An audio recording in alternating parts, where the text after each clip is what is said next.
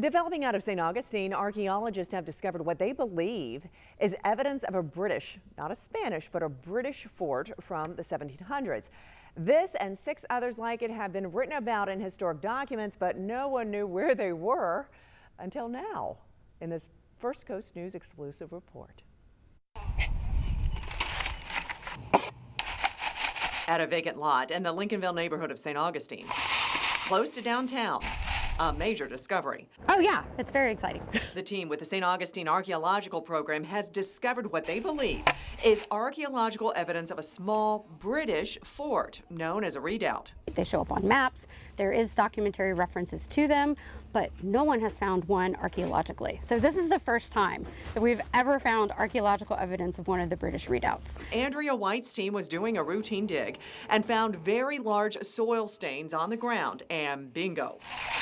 Archaeologists found 2 large dark discolorations in the dirt, several feet long and 15 feet apart, indicating what they believe are the edges of a moat around the small fort. And the moat would have come down this way. And that small fort or redoubt may have looked like this replica of one. So it would have been a gun platform or even just kind of be a lookout and have people or soldiers stationed at. And this is the redoubt we're working on. According to maps and historic documents, there were 7 of these British redoubts built when Florida was a British colony in the 1700s during the American Revolution. However, in every map, it's in a slightly different place and they're all different shapes, which has contributed to why it's been so hard to find them archaeologically. So what happened to the fort that was here, or that redoubt? Well, the British, according to documentation, only used it for 2 years before they took off and the Spanish came back into St. Augustine, and there's no real clear documentation that the Spanish really used it. So over time, the earth just kind of started to ooze back through rain, flooding it back. The moat filled back in slowly. This discovery could change the understanding of history. There's still more to find.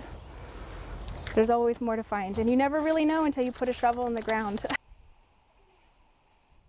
So we will continue to follow this, because the goal here is, now that they know where one of the redoubts is located, then they have a map, or 3 maps actually, and they might be able then to triangulate where the others are located in St. Augustine.